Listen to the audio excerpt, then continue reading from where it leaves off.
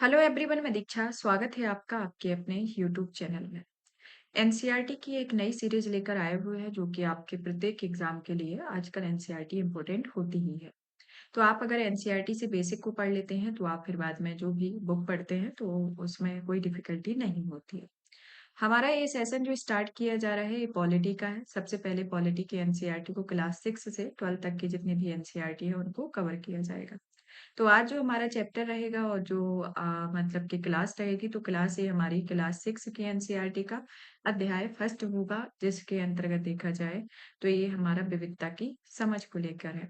कि हमारा जो पहला चैप्टर होगा वह विविधता की समझ को लेकर है, जो कि हमारे जो क्लास 6 की एनसीईआरटी सामाजिक एवं राजनीतिक जीवन फर्स्ट के अंतर्गत आती है। आपको एक ओवरव्यू करा दें तो सामाजिक एवं राजनीतिक जीवन का जो पहला पार्ट, दूसरा पार्ट और तीसरा पार्ट क्लास 6, 7 और 8 की एनसीईआरटी के अंतर्गत आता है। तो इस तरीके से देखा जाए तो हमारे 3 क्लासेस आपके इसी टॉपिक का एक-एक सीक्वेंस वाइज़ उसमें एक मतलब कि एक बदलाव देख सकते हैं, तो इसके अंतर्गत आता है। तो ये आज जो हमारा टॉपिक है वह विविधता की समझ को लेकर है, यानी कि किस तरीके से विविधता की समझ के बारे में इसमें समझाया गया है। इसमें कुछ एनसीईआरटी जो दी गई है, तो इसमें कुछ स्टोरी बेसिस पे भी है और किस तरीके से इसमें एक ओवरव्यू भी बताती है कि कहाँ की क्या विविधता है, किस तरीके से लोग रहते हैं, किस तरीके से विविधता होते हुए भी देश में एक एकता की जो विविधता स्पेशलिटी है, वो देखने को मिलती है, तो उनके बारे में आता है। तो सबसे पहले तो जैसे कि हम ये पढ़ेंगे इसके अंतर्गत कि क्या होती है एनसीईआरटी, जैसे कि इस क्लास 6 के एनसीईआरटी में क्या-क्या दिया गया है, उसके बारे में जानेंगे।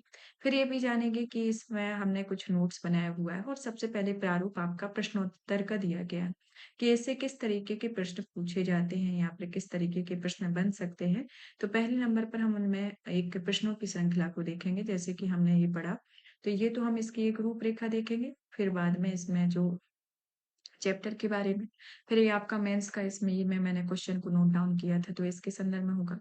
फिर इसमें आपको एक समझाने की कोशिश करेंगे, फिर ये आपके प्रश्नोत्तर रहेंगे, जिसमें आपके कौन-सी कहाँ क्या है और मतलब कि इस एनसीईआरटी से जो हमारा ये चैप्टर 6 है, तो इससे किस तरीके के वन टाइम मतलब वन डे एग्ज़ाम के पर्पज़ से भी जो एक क्वेश्चन बनते हैं या फिर कभी पीसीएस में या आईएएस में भी पूछ लिए जाते हैं इस तरीके के क्वेश्चन। तो इन सबको बनाया गया है कि आपके एग्ज़ाम के पॉइंट ऑफ व्यू से इम्पोर्टेंट रहे। आपके मेंस के लिए किस तरीके से एग्जाम में ये मददगार रहती है, तो आपके मेंस के क्वेश्चन भी हैं। तो इसमें एक आपका पूरा एक ओवरव्यू दिया गया है कि आपका प्री का भी तैयार हो और साथ में मेंस का भी तैयार हो। तो चलिए शुरुआत करते हैं। तो हमारा जो पहला चैप्टर को पढ़ने के पहले हम इसकी एक किताब की रूपरेखा को जान लेते हैं। तो इसके अंतर्गत देखा जाए तो किताब का ये पहला पृष्ठ रहा है। पहला पृष्ठ के अंतर्गत आता है कि जैसे इकाई फर्स्ट के अंतर्गत आएगा विविधता की समझ होना। अध्याय 2 के अंतर्गत विविधता एवं भेदभाव आता है। फिर आता है दूसरी इकाई जो होती है सरकार, जिसमें सरकार क्या है, लोकतांत्रिक सरकार के मुख्य तत्व क्या हैं। तीसरी आती है स्थानीय सरकार और प्रशासन के बारे में, जिसमें पंचायती राज, गाँव का प्रशासन किस तरीके से होता है, नगर प्रशासन किस तरीके से होता है, उसके बारे में पढ़ेंगे। फिर आता है इकाई 4 जिसमें आजीविकाएँ के बारे में होगा, जो कि अध्याय 8 के अंतर्गत ग्रामीण क्षेत्र की आजीविका और अध्याय 9 के अंतर्गत शहरी क्षेत्र की आजीविका। तो इस तरीके से देखा जाए तो ये किताब का एक ओवरव्यू है जिसमें इस तरीके के मतलब कि ये आपके चैप्टर दिए गए हैं। तो आज हम शुरुआत करेंगे अध्याय इकाई 1 के अंतर्गत विविधता जो हमारा चैप्टर है, जिसमें अध्याय 1 आता है विविधता की समझ। जिसमें आपको ये एक स्टोरी दी गई है कि इसमें 2 समीर नाम के पहले ही आपको बता देते हैं कि इसमें 2 समीर नाम के व्यक्ति होते हैं, एक हिंदू रहता है, एक मुस्लिम रहता है। सभी के जैसे कि विभिन्न धर्म होते हुए, विभिन्न भाषाएँ होते हुए या फिर रहन-सहन, खान-पान सभी में भिन्नता होते हुए भी सब एक साथ रहते हैं और किस तरीके से जो जीवन है एक-दूसरे का एक-दूसरे से मिलता-जुलता है। तो इसी के संदर्भ में ये है। जैसे कि भारत जो है हमारा विविधताओं के कारण भारत में विविधता है। तो विविधता अनेकता या हमारे जीवन में किस तरीके से बेहतर होती है? भारत इतनी विविधताओं वाला देश कैसे बना? या फिर किस तरीके की विविधताएँ भारतीय विविधताओं से हमें अलग करती हैं? तो इसके संदर्भ में हम सभी को जानेंगे। तो ये समानता और विविधता के बारे में दिया गया है, जैसे कि भारतीय संविधान में समानता और धर्मनिरपेक्षता के प्रमुख साथ क्यों शामिल किया गया है। ये आप एक मेंस के पॉइंट ऑफ व्यू से जैसे कि आप प्रैक्टिस कर रहे हैं, आपने एनसीईआरटी पढ़ा, तो एनसीईआरटी का आप चैप्टर फर्स्ट पढ़ेंगे तो आप साथ में प्रैक्टिस कर लें कि आप एक मतलब कि जो इम्पोर्टेंट पॉइंट है उसको आप आंसर राइटिंग के थ्रू कुछ 1 से 2 पेज में आप उसको प्रो लें पूरा अपने ही शब्दों में, तो वो ज़्यादा बेहतर रहता है। जैसे जैसे कि आपने लिखा कि भारतीय संविधान में समानता और धर्मनिरपेक्षता में प्रमुखता के साथ क्यों शामिल किया गया है। तो आखिर इसके अंतर्गत हमें जानना होगा कि विविधता के कारण कौन-कौन से हैं। तो कुछ इसमें जातिगत विविधता भी है, जैसे कि समूह, ब्राह्मण, क्षत्रिय, वैश्य, शूद्र के बारे में, कुछ भाषाई भी है, कुछ धार्मिक भी है। तो इस तरीके से आप इसका आंसर राइटिंग कर सकते हैं, जो कि समानता और विविधता को एक तरीके से सम्मिलित करता है। तो ये आता है। अब आता है कि आखिर हमारे जीवन को कैसे यह समृद्ध करती है, जैसे कि पहले बताया ये आपका कि यहाँ पर जो हम स्टोरी अभी आगे पढ़ेंगे, तो ये एक समीर है, एक हिंदू है, एक मुस्लिम है, अलग-अलग खाना, त्योहार, कपड़े, एक-दूसरे से भिन्न भाषा बोलते हैं, भिन्न धर्मों का पालन करते हैं। तो इस तरीके से ये विविधता जो है एक-दूसरे को संबोधित करती है, तो इसके अंतर्गत आता है। अब इसके पहले नंबर पर प्रश्नों को सॉल्व कर लेते हैं, क्योंकि अगर आप प्रश्नों और उत्तर दोनों साथ में लेके चलते हैं, तो अभी तो आप कोशिश कीजिएगा, क्योंकि अभी आप जैसे शुरुआत कर रहे हैं तो आपको आंसर नहीं पता होंगे। जब आप किताब पढ़ेंगे तभी आंसर पता होंगे। लेकिन आपको इस कारण से पहले नंबर पर भी क्वेश्चन दे रहे हैं, ताकि आप पढ़ने के पहले आपके कुछ दिमाग में माइंड मैप रहता है कि ये क्वेश्चन आपका कहाँ हिट हो रहा है। तो जब आप किताब को पढ़ेंगे तो आपके आंसर भी आपकी एक क्यूरियोसिटी रहेगी कि आपको किस तरीके से इनके आंसर जानना है, और दूसरी ये भी रहेगा कि हमें और भी नई चीज़ें सीखने को मिलेंगी। तो हमारा प्रश्नोत्तर हमने इसकी पूरी किताब का एक ओवरव्यू लेके बनाए हुए हैं। तो पहला क्वेश्चन दिया गया है कि भारत के किस क्षेत्र को छोटा तिब्बत के नाम से जाना जाता है? तो ये आता है लद्दाख, जिसे छोटा तिब्बत के रूप में जाना जाता है। ते केसर सागा नामक ग्रंथ का संबंध किस क्षेत्र से है? तो ये आपका आता है तिब्बत से केसर सागा का संबंध है। ये आपकी किताब जो पहला चैप्टर है, इसी से क्वेश्चन बनाए गए हैं, तो जब आप आगे पढ़ेंगे तो ये सब हमें बीच में ही मिलेंगे। तो उन्हीं में से क्वेश्चन बनाए गए हैं और उन्हीं में से आपको आंसर भी दिए गए हैं। तो आपको अब इस तरीके से पढ़ना है कि आपके इस तरीके के क्वेश्चन बन सकते हैं। और आप भी अगर कोई और नया तरीके का क्वेश्चन उसमें ढूँढते हैं, तो उसको भी ज़रूर पॉइंट आउट कीजिएगा। तो भारत में ईसाई धर्म को लाने का श्रेय किन महापुरुषों को जाता है? तो ये ईसा मसीह के धर्मदूत जो रहे हैं संत थॉमस को। फिर आते हैं ओणम नामक पर्व या त्योहार भारत के किस राज्य में प्रसिद्ध पर्व है? तो ये आपका केरल, जो कि नाव प्रतियोगिता का एक आकर्षण केंद्र है। वहाँ पर आप देखते होंगे कि ओणम के फेस्टिवल में केरल में नाव की प्रतियोगिता होती है। केरल में मछली पकड़ने के प्रयुक्त जालों को क्या कहा जाता है? चीनावला वहाँ के जालों को कहा जाता है। केरल में मछली तलने के लिए प्रयुक्त बर्तन को क्या कहते हैं? तो चीना चट्टी यहाँ के बर्तनों को कहते हैं। जलियांवाला बाग हत्याकांड कहाँ हुआ था? तो ये अमृतसर, पंजाब में 13 अप्रैल 1919 को हुआ था। भारत की खोज नामक पुस्तक के लेखक कौन थे? तो पंडित जवाहरलाल नेहरू भारत की खोज नामक पुस्तक के लेखक रहे हैं, जो कि भारत के प्रथम प्रधानमंत्री हैं। राष्ट्रगान जन गण मन के रचयिता कौन रहे हैं? रविन्द्रनाथ टैगोर।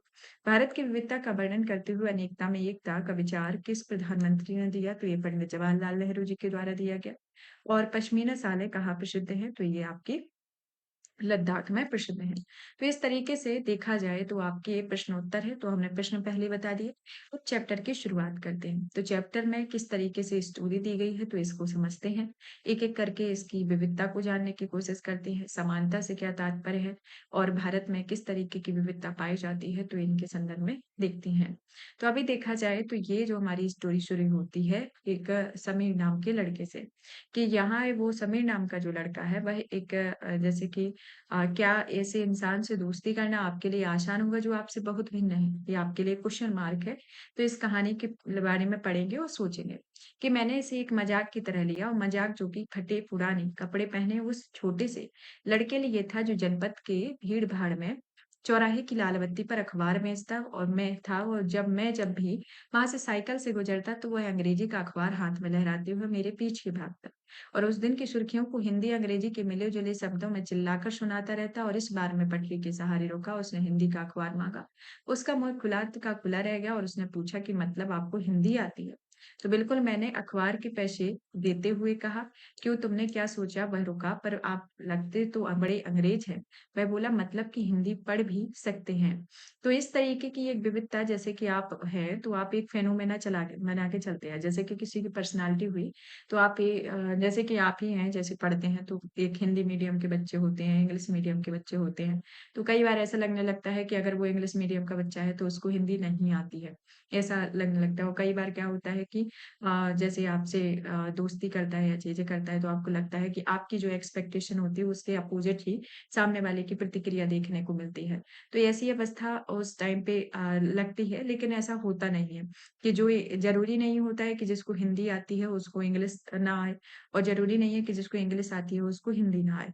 तो हर एक इंसान का एक वो क्राइटेरिया रहता है कि उसको किस चीज़ के प्रति वो उत्सुक रहता है।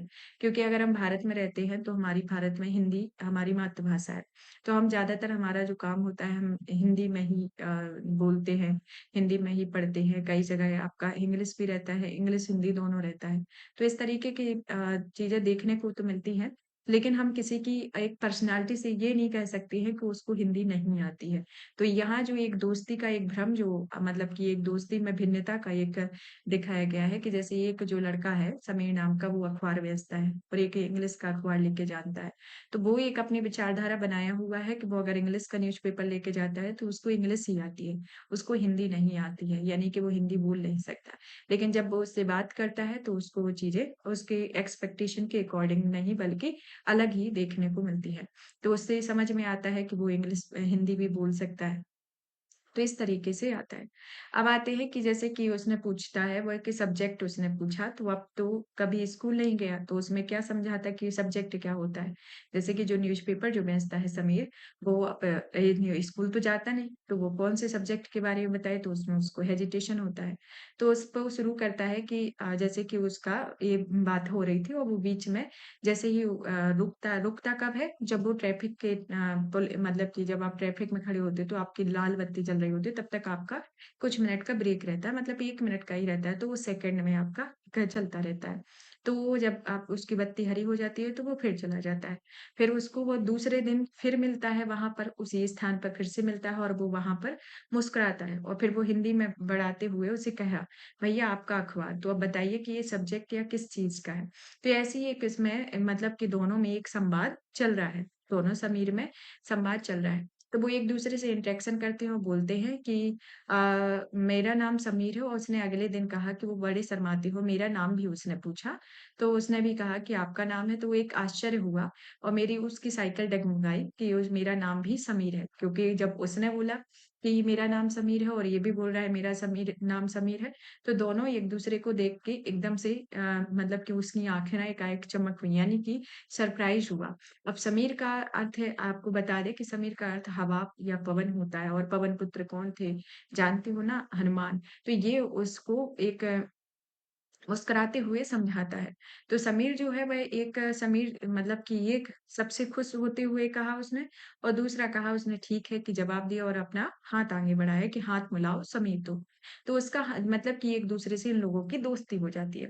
और उनका जो थोड़ा छोटा-सा जो हाथ मेरे हाथ में एक नन्ही चिड़िया की तरह समा गया। मैं साइकिल में चलाकर आगे बढ़ चुका था पर उसके हाथ की गर्माहट अब तक महसूस कर रहा था। यानी कि उसने जब उससे हाथ मिलाया तो उसको ऐसा महसूस हो रहा था कि ये अभी भी एक उसको पास में ये फीलिंग थी। और उसके जो एक मतलब कि जैसे कि आप किसी से पहली बार मिलते हो, तो वैसी एक पहचान नहीं थी, बल्कि ये था कि हम पहले कई बार मिल चुके हैं। तो ये एक उस तरीके की हँसी उसमें देखने को मिल रही थी दूसरे समीर में, जो न्यूज़पेपर बेचता था। तो मेरठ में बड़ी गड़बड़ हो गई और उसने कहा कि वहाँ दंगों में बहुत लोग मारे गए और मैंने मुख्य अखबार की सुर्खियों की तरफ देखा। बड़े-बड़े अक्षरों में लिखा था सांप्रदायिक दंगे। लेकिन समीर मैंने शुरू किया ही था, मैं मुस्लिम हूँ, समीर हूँ, वह बोल पड़ा और मेरे सभी लोग मेरठ में हैं, उसकी आँखें भर आई और जब मैंने उनके कंधों पर हाथ रखा तो उसकी नज़र ऊपर नहीं उठाई। तो इस तरीके की ये घटना जब उन्होंने न्यूज़पेपर में पढ़ी तो ये देखने को मिला और फिर जब इस तरीके की बात हुई तो वो एक कम्युनिटी का भी लगा कि जब सांप्रदायिक दंगे हुए हैं, तो हमारी फैमिली कौन-सी है, आपकी फैमिली कौन-सी है, तो उसमें एक इमोशनल मूवमेंट देखने को मिला। फिर आता है कि अगले ही दिन वह चौराहे पर नहीं था और उसके अगले दिन देखा कि वो आगे फिर कभी नहीं दिखा। अंग्रेजी और हिंदी का कोई अखबार मुझे नहीं बता सकता कि मेरा ज़मीर 2 आखिर कहाँ गया। तो ये एक कहानी के थ्रू बताया गया। जहाँ समीर एक को अंग्रेज़ी ज़्यादा अच्छी आती है, तो वहीं समीर 2 जो है वह हिंदी को बोलता है। हालाँकि दोनों की भाषाएँ अलग-अलग हैं, फिर भी दोनों एक-दूसरे से बात कर पाए, दोनों ने एक-दूसरे के प्रयास किया, उनके लिए बात करना एक महत्वपूर्ण लगा और एक समीर जो था, दूसरे समीर में धार्मिक सांस्कृतिक पृष्ठभूमियाँ भी अलग थी, क्योंकि एक हिंदू है, दूसरा मुसलमान है, दोनों में दोस्ती हुई, दोनों दोस्ती करना चाहते थे, खान-पान, पहनावा, धर्म, भाषा आदि की विभिन्नताएँ पहलू विविधता के पहलू रहे हैं। अपनी विविध धार्मिक और सांस्कृतिक पृष्ठभूमि के अलावा भी एक समीर दूसरे समीर से 2 कई अन्य मामलों में एक-दूसरे से अलग थे। उदाहरण के तौर पर देख सकते हैं कि समीर एक ने स्कूल में पढ़ाई की थी, जबकि समीर दूसरा जो था वो अखबार बेचता था। समीर 2 को स्कूल जाने का मौका मिला नहीं और उसने अपने इलाके में कई लोगों को देखा जो गरीब हैं, जिनके भोजन, घर, कपड़े की ज़रूरतें भी पूरी नहीं हो पाती। फ़र्क उस फ़र्क से अलग होता है जिसके बारे में हम पहले पढ़ा हुआ है। विविधता का रूप नहीं बल्कि ये गैर-बराबरी है। तो ये जो हम विविधता देखते हैं, तो हमें लेकिन इसमें ये विविधता नहीं दिखाई दे रही, यहाँ ये गैर-बराबरी दिखाई दे रही है। गैर-बराबरी का मतलब ऐसा कि कुछ लोगों के पास तो ना ही अवसर है, ना ही ज़मीन है, ना ही पैसे हैं और संसाधनों जो हैं कुछ के पास, दूसरों के पास हर एक चीज़ है।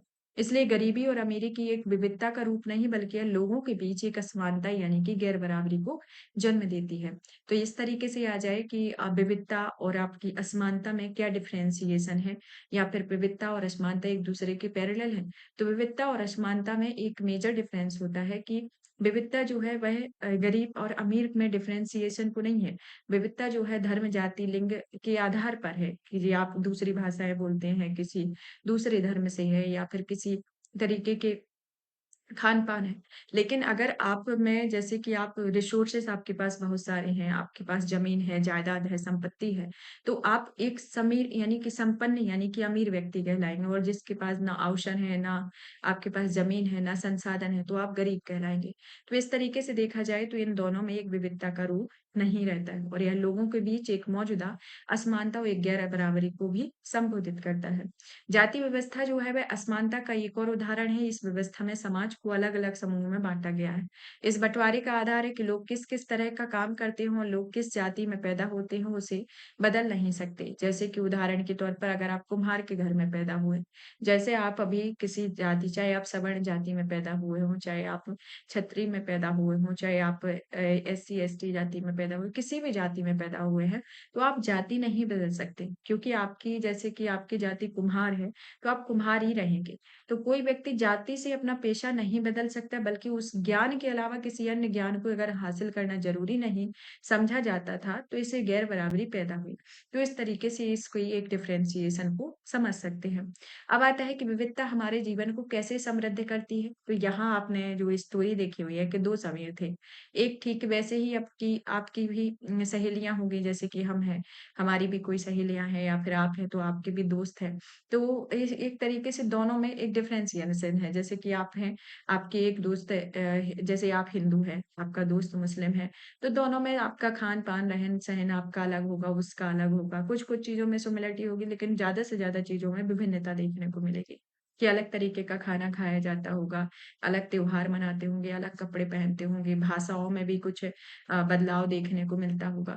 तो इस तरीके से एक-दूसरे से के जीवन को समृद्ध भी करती है, जैसे कि कई तरह के जानवर हुए, साहसिक घटनाएँ या भूतों की कहानियाँ आप पसंद करते होंगे। संभव होगा कि आपको खुद कहानियाँ बनाना भी पसंद होगा।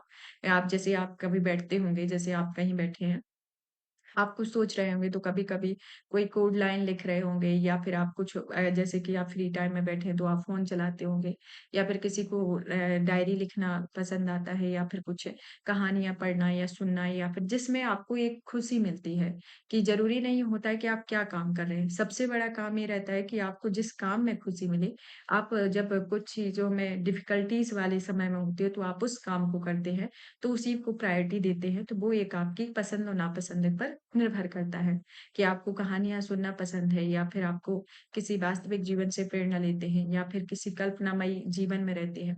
या फिर कुछ खाना बनाना ही पसंद है या फिर आपकी जो हॉबी है मतलब जो चीज़ आपको पसंद है तो उसके बारे में ये कि आप किस चीज़ से क्या प्रेरणा लेते हैं और किस तरीके से सीखते हैं तो इसके बारे में बताता है। और कुछ लोग जो होते हैं कि जंगलों में जानवरों के नज़दीक रहते हैं तो उनसे दोस्तियाँ करते हैं, कहानियाँ लिखते हैं। कुछ होते हैं जैसे कि राजा-रानियों के वृतांत को पढ़ते हैं, प्यार और सम्मान के किस्से पढ़ते हैं, कुछ बचपन की यादों में गोते लगाते हैं, कुछ स्कूल और जो दोस्तों की मधुर यादें हैं उनसे कुछ साहस की कहानियाँ लिखते हैं। तो इस तरीके की कहानियाँ कुछ पढ़ते, सुनते और इन कहानीकारों के बारे में कहानियाँ सुनाने वालों की ऐसी जगह रहना पड़ता है जो लोग 2 ही रंग के कपड़े पहनते हो जैसे लाल सफेद एक ही तरह के खाना खाते हों जैसे कि शायद आलू हुआ। 2 पशु-पक्षी पालते हों उदाहरण के लिए हिरण और कौवा और केवल साँप-सीढ़ी खेल से ही अपना भोजन करते हुए ऐसी जगह रहकर वे कहानियाँ लिख पाते हैं। जैसे कि अब ये हमने एक जीवन में एक विविधता को जाना, किस तरीके से विविधता जो हमारे साथ रोज़ाना ही होती है क्योंकि हम जिस तरीके की ज़िंदगी जीते हैं, तो इसमें ऐसा एक डाइवर्सिटी हमें देखने को ही मिलती है कि आप अगर 4 दिन अच्छे रहते हैं, तो 5वाँ दिन ऐसा रहता है या फिर आपको नहीं होता है, तो 15 दिन में होता है, लेकिन होता हर एक व्यक्ति के साथ में है। तो इस तरीके की ये देखने को मिलता है। अब आता है कि आखिर भारत में विविधता के बारे में, तो भारत में विविधता के संदर्भ में देखा जाए तो हमारा भारत जो है वो विविधताओं का देश है। यहाँ विभिन्न तरीके की भाषाएँ लोग बोलते हैं, विभिन्न तरीके का खाना खाते हैं, त्योहार मनाते हैं, विभिन्न धर्मों का पालन करते हैं। और एक तरीके से सोचा जाए तो एक ही तरह से ये चीज़ें हमारे लिए अलग करते हैं, जो हमारी करने के तरीके को अलग करते हैं। हम जैसे विविधता को और किस तरीके से समझ सकते हैं? जैसे कि करीब 200 वर्ष पहले जब रेल, हवाई जहाज़, बस और कार हमारे जीवन का हिस्सा नहीं था। लोग जो थे वह संचार के लिए एक-दूसरे भाग में यात्रा करते हुए पानी के जहाज में घोड़ों, ऊँटों पर बैठकर पैदल चलते थे। कुछ यात्राएँ जो होती थी वह खेती बसने के लिए, नई ज़मीन की तलाश के लिए या फिर कुछ व्यापार के लिए जाते थे। यात्रा में बहुत कम समय लगता था तो लोग नई जगह पर अक्सर काफ़ी लंबे समय तक ठहर जाते थे। इसके अलावा सूखे अकाल के कारण भी कई लोग अपना घर-बार छोड़ देते थे। पेट भर खाना नहीं मिलता था तो वे अपनी नई जगह बसाकर बस जाते थे। कुछ लोग काम की तलाश में, कुछ युद्ध के कारण घर छोड़ देते थे। और लोग जब नई जगह पर बसना शुरू कर देते थे, उनके रहन-सहन थोड़ा बदलाव आ जाता था। कुछ चीज़ें वे नई जगह पर अपना लेते थे और कुछ चीज़ें भी पुराने ढर्रे पर चलती थी। जैसे कि उनकी भाषा, भोजन, संगीत, धर्म आदि में नए और पुराने का मिश्रण दिखाई देता था।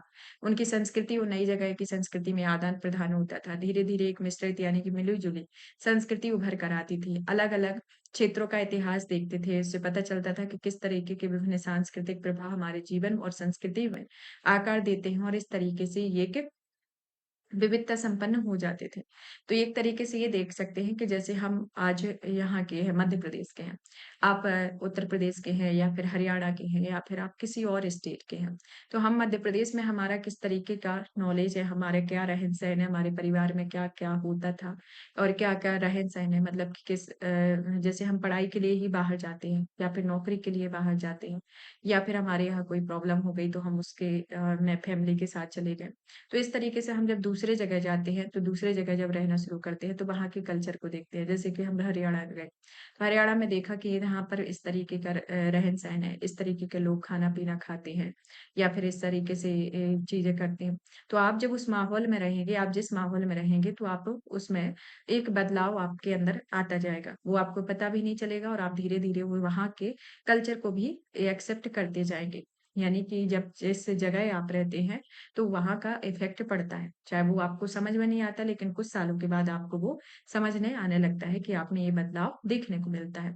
और आप ज़्यादातर आप जैसे कि पहले लोग क्या थे कि अभी तो ये है कि आपका फ़ोन चल गया, वीडियो कॉल चल गया, तो आपने मैसेज कर दिया और आपका हवाई जहाज़ से भी आप यात्रा कर सकते हैं, बस से भी, ट्रेन से भी, बाइक से भी, हर चीज़ आपके पास हर चीज़ का एक है कि आपको जो जिसमें जाने में सूटेबल है, तो आप हर से किसी से यात्रा कर सकते हैं।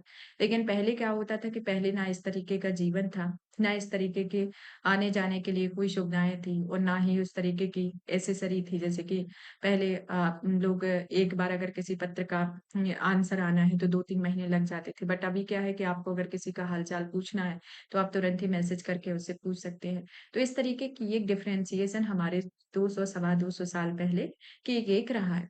अब आता है कि ठीक इसी तरह लोग जो है अलग-अलग भौगोलिक स्थितियों में किस तरह सामंजस्य बिठाते हुए उनमें भी विविधता उत्पन्न होती है।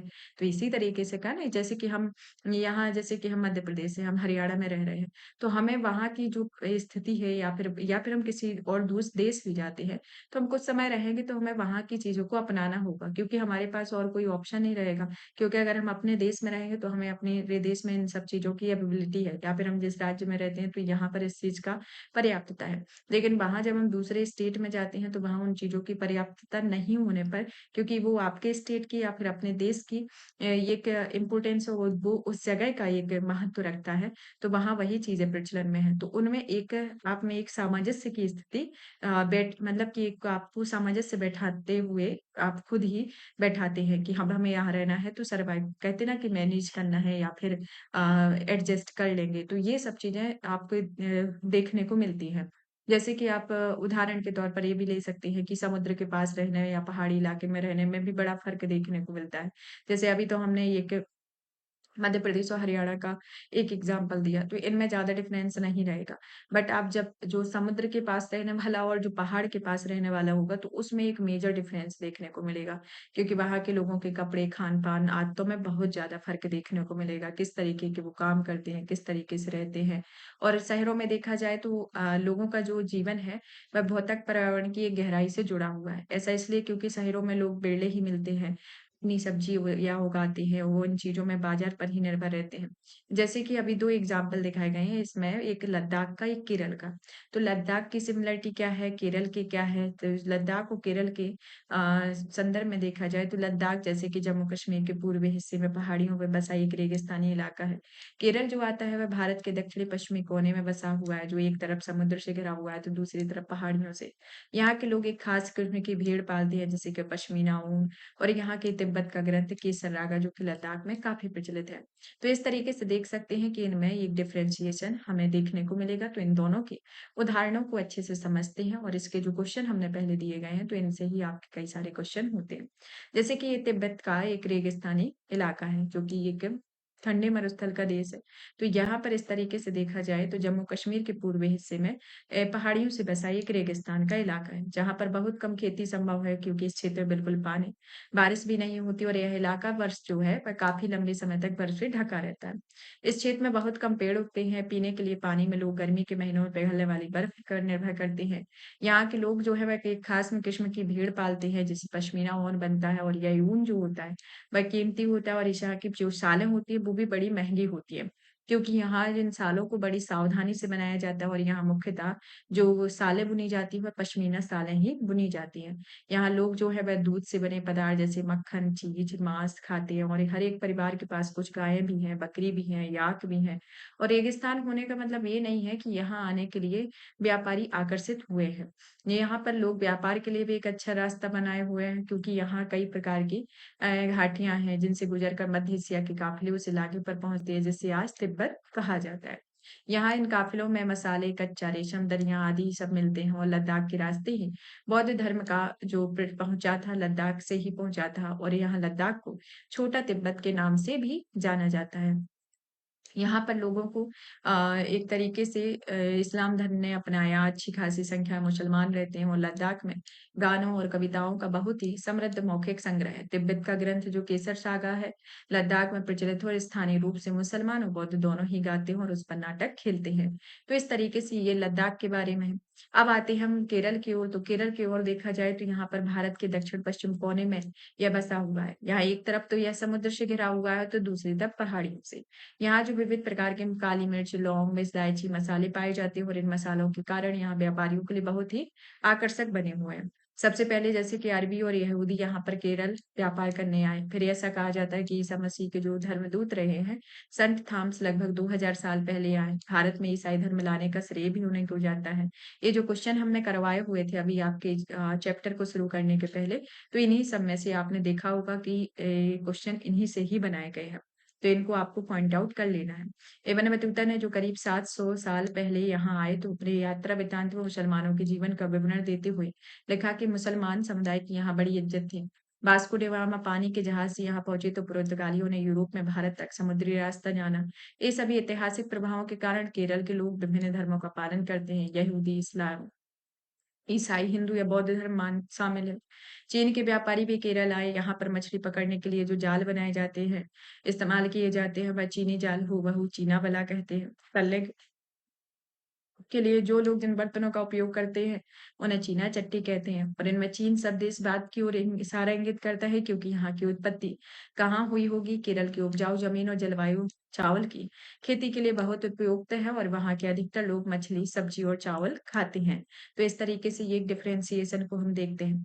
तो यहाँ हमने जो देखा कि केरल और लद्दाख की भौगोलिक स्थितियों के बारे में किस तरीके का एक मतलब कि अंतर देखने को मिला। और ये दोनों ही क्षेत्रों में इतिहास में एक ही तरह के सांस्कृतिक प्रभाव भी रहे। दोनों में चीन और अरब में आने वाले व्यापारियों ने प्रभावित किया। केरल की भौगोलिक स्थिति में मसालों की खेती संभव बनाई। लद्दाख की विशेष भौगोलिक स्थिति और ऊन ने व्यापारियों को अपनी ओर खींचा। जिस तरीके से किसी भी क्षेत्र के सांस्कृतिक जीवन और उसके इतिहास को भूगोल से प्राय गहरा रिश्ता रहा है। विविध संस्कृतियों का प्रभाव केवल बीते कल की बात नहीं रही और हमारे वर्तमान जीवन का एक आधार ही काम के लिए एक जगह से दूसरी जगह जाना। हर कदम के साथ हमारे सांस्कृतिक रीति-रिवाज, जीने का तरीका धीरे-धीरे नए क्षेत्रों का हिस्सा बन गए। जहाँ हम पहुँचते हैं ठीक इसी तरह अपने पड़ोस में हम अलग-अलग समुदायों के लोग साथ रहते हैं। रोज़मर्रा के जीवन से हम मिलकर काम करते हैं और एक-दूसरे के रीति-रिवाजों और परंपराओं को घुल-मिल जाते हैं। जैसे कि हम ही जहाँ रहते हैं तो वहाँ 2-3 तरीके के लोग रहते हैं। ज़रूरी नहीं रहता है कि आप एक ही कम्युनिटी के लोग हैं, तो आप कोई उनकी चीज़ों को अपना रहा है, आप उन वो हमारी चीज़ें, हम उनकी चीज़ें और रोज़मर्रा के काम से लेकर हर कोई काम में, उनके रीति-रिवाज़ों में, परंपराओं में एक साथ मिलकर रहते हैं। अब आते हैं विविधता में एकता, जो कि भारत में अनेकता की एक स्रोत कहा गया और अंग्रेजी का भारत पर राज था और इसमें विभिन्न धर्म, भाषा और क्षेत्रों की महिलाओं, पुरुषों को भी अंग्रेजों के खिलाफ मिलकर इन्होंने लड़ाई लड़ी। स्वतंत्रता संग्राम में अलग-अलग परिवेशों के लोग आए, एकजुट होकर आंदोलन किया, इकट्ठे जेल गए, अंग्रेजों को अलग-अलग तरीके से विरोध किया और अंग्रेजों ने इस तरीके से सोचा भी नहीं था कि भारत के लोगों में फूट डाल सकते हैं क्योंकि उनमें काफ़ी विविधताएँ हैं और इस तरह उनका राज चलता रहेगा। अगर लोगों ने दिखला दिया कि वे एक-दूसरे से चाहे कितने भी भिन्न हों लेकिन अंग्रेजों के खिलाफ लड़ी जाने वाली लड़ाई में सब एक थे। तो ये इनके एक उदाहरण है जो हमारे भारत की एकता को बढ़ाता है। अब आता है कि ये जैसे कि जलियांवाला बाग हत्याकांड जो हुआ था, तो उस टाइम पे अमृतसर में एक गीत गाया गया था कि इस हत्याकांड में एक ब्रिटिश जनरल ने एक शांतिप्रिय निहत्थे लोगों पर आम गोलियाँ चलवा दी थी। और ये जो बाग में इकट्ठा होकर सभा कर रहे थे, उनमें बहुत से लोगों की जानें गई, उनमें उससे भी ज़्यादा घायल हुए। महिला, पुरुष, हिंदू, मुस्लिम, सिख एवं कितने सारे लोग थे जो अंग्रेजों की पक्षपातपूर्ण विरोध की नीति का लिए जमा हुए थे और यह गीत उन्हें शहीदों की याद में गाया गया था। स्वतंत्रता संग्राम के दौरान उभरे गीत चिन्ह विविधता के प्रति हमारा विश्वास बनाए रखते हैं और भारतीय झंडे की कहानी हमें याद दिलाते हैं और जवाहरलाल नेहरू ने भारत की एक खोज में भारतीय एकता को कोई बाहर से थोपी हुई चीज नहीं की है बल्कि यह बहुत गहरी है जिसके अंदर अलग अलग तरह के विश्वास प्रथाओं को स्वीकार करने की भावना है और इसमें विविधता को पहचाना और प्रोत्साहित किया और यह नेहरू ही थे जिन्होंने भारत की विविधता का वर्णन करते हुए अनेकता में एकता का विचार हमें दिया। तो इस तरीके से हम भारत की विविधता को देख सकते हैं कि भारत में विविधताएँ होते हुए भी यहाँ पर सभी लोग एक इकट्ठा होते हैं। यहाँ आंदोलन होता है या फिर कोई हिंसा होती है, वो होता है, तो उसमें एक आप स्वतंत्रता संग्राम का एक उदाहरण देख सकते हैं। दूसरा ये जलियांवाला बाग हत्याकांड में जिसमें महिला भी थे, पुरुष भी थे, हिंदू भी थे, मुस्लिम भी थे, सिख भी थे, कितने सारे लोग थे जो इन्होंने पक्षपातपूर्ण नीति का अंग्रेजों की पक्षपातपूर्ण नीति का विरोध किया और वहाँ एकजुट होकर रहे और उसी के संदर्भ में पंडित जवाहरलाल नेहरू जो कि भारत के प्रथम प्रधानमंत्री रहे हैं, उनकी एक किताब भारत एक खोज में उन्होंने इसकी एकता और अनेकता में एकता के विचार को दिया हुआ है। और राष्ट्रीय गान जो रहा है वह रवीन्द्रनाथ टैगोर जी के द्वारा लिखा गया है जो एक भारतीय एकता का ही एक अभिव्यक्ति है और राष्ट्रगान किस तरह एकता का वर्णन करते हैं इसको आपको अपने शब्दों में लिखना है तो इसके संदर्भ में आता है। तो यहाँ हमने विविधता के बारे में जाना कि किस तरीके की विविधता है, किस तरीके से हमने पहले पहले नंबर तो समीर जो इसके मतलब कि 2 समीर हैं उनके बारे में जाना और किस तरीके से केरल और लद्दाख में एक पहाड़ी और एक पर्वतीय देश के बारे में एक डिफरेंशिएशन को जाना। तो इस तरीके से हमने एक मेजर डिफरेंशिएशन देखा, विविधता देखी, समानता, असमानता को देखा। तो इस तरीके से हमारा जो क्लास है आज का ये फिनिश होता है। यहाँ ये प्रश्न दिए गए हैं जिसमें आपको इनकी आंसर राइटिंग करनी है, इनकी प्रैक्टिस करनी है, क्योंकि आप अगर इसका जैसे कि प्रत्येक क्वेश्चन में से प्रत्येक को ना लिखें तो अगर एक क्वेश्चन भी लिखते हैं और अपने जो शब्द कहे गए हैं उनको मतलब कि जिस चीज़ को पढ़ा गया है उसको एक में पिरो देते हैं या एक पेज में लिख देते हैं, तो आपको पूरी चीज़ें एकदम अक्षरशः याद हो जाएँगी। आपको ना उसको बार-बार कभी-कभी जैसे 1 आध महीने में आपने रिवाइज़ कर लिया, लेकिन आपको हर बार देखने की ज़रूरत नहीं रहेगी क्योंकि आपने समझ लिया है और उसको थोड़ा नोट डाउन कर लिया है। कोई भी चीज़ है आप उसको समझ लेते हैं और उसको कुछ शब्दों में लिख लेते हैं, तो वो आपके दिमाग में हमेशा के लिए रह जाती है। कभी-कभी वो भूलती है, तो उसको आप रिवाइज़ कर लें तो वो चीज़ें हो जाती हैं। तो यहाँ पर हम आज का ये सेशन कंप्लीट करते हैं। इसके कंप्लीट करने के पहले एक क्वेश्चन और देख लेते हैं, जैसे कि आपके मेंस में जो यूपीएससी प्रीलिम्स परीक्षा है, इसमें इस तरीके का क्वेश्चन बन सकता है कि ओणम का त्योहार केरल में मनाया जाता है। दूसरा कथन कहता है कि भारत में ईसाई धर्म की शुरुआत लद्दाख में हुई। तीसरा आता है कि लद्दाख में लोग खास तरह की बकरी पालते हैं जिससे पश्मीना ऊन मिलता है। तो इस तरीके से देखा जाए तो आपका कथन 1, 2, 3 दिया गया है, तो आपको बताना है कि कौन-कौन से कथन सत्य हैं। तो इसमें पहला और तीसरा कथन आपका सत्य है, बट कि आपका जो दूसरा कथन है, वो सत्य नहीं है क्योंकि ईसाई धर्म की जो शुरुआत है, वह केरल में हुई थी, ना कि लद्दाख में। तो इस तरीके से आपका ऑप्शन सी होगा। तो ये हमारा आज की पहली क्लास रही, तो आप बताइएगा कि किस तरीके का क्या है और आपको इसकी जो पीडीएफ है हमारे Telegram channel UPSC PSC with Diksha जो टेलीग्राम चैनल है वो उस पर अवेलेबल हो जाएगी। तो आज की क्लास यहीं फिनिश करते हैं, नेक्स्ट डे नेक्स्ट चैप्टर के साथ मिलेंगे, तब तक आप वीडियो को ज़्यादा से ज़्यादा शेयर करें, चैनल को सब्सक्राइब करें। धन्यवाद।